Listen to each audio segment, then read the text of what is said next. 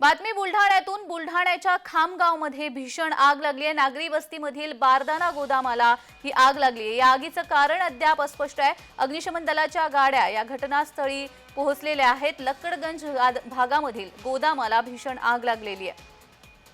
खामगावमध्ये ही भीषण आग लागलेली आहे आणि या संदर्भात अधिक माहिती देण्यासाठी आमचे प्रतिनिधी प्रफुल्ल खंदारे आपल्या सोबत जोडले गेलेले आहेत। प्रफुल्ल, आग विझवण्यात यश आलेलं आहे का आणि किती नुकसान झालंय?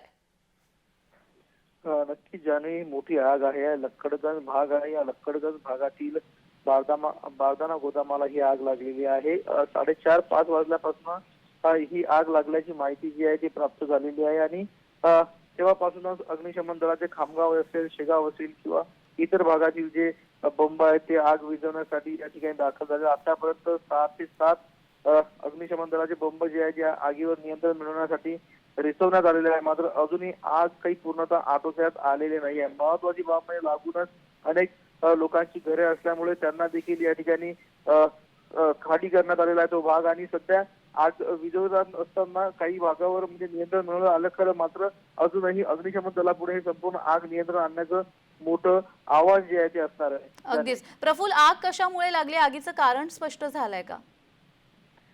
ज्याने अद्यापपर्यंत आगीचं कारण स्पष्ट झालेलं नाही आहे। शॉर्ट सर्किटमुळे आग लागली असावी असा अंदाज बांधला जातोय। मात्र आता संपूर्ण नगरपालिकेची टीम जी आहे या ठिकाणी दाखल झालेली आहे, ती संपूर्ण चौकशी करणार आहे। आगीचं कारण नेमकं काय आहे त्याचा शोध घेणार आहे। अगदीच धन्यवाद प्रफुल्ल दिलेल्या माहितीसाठी।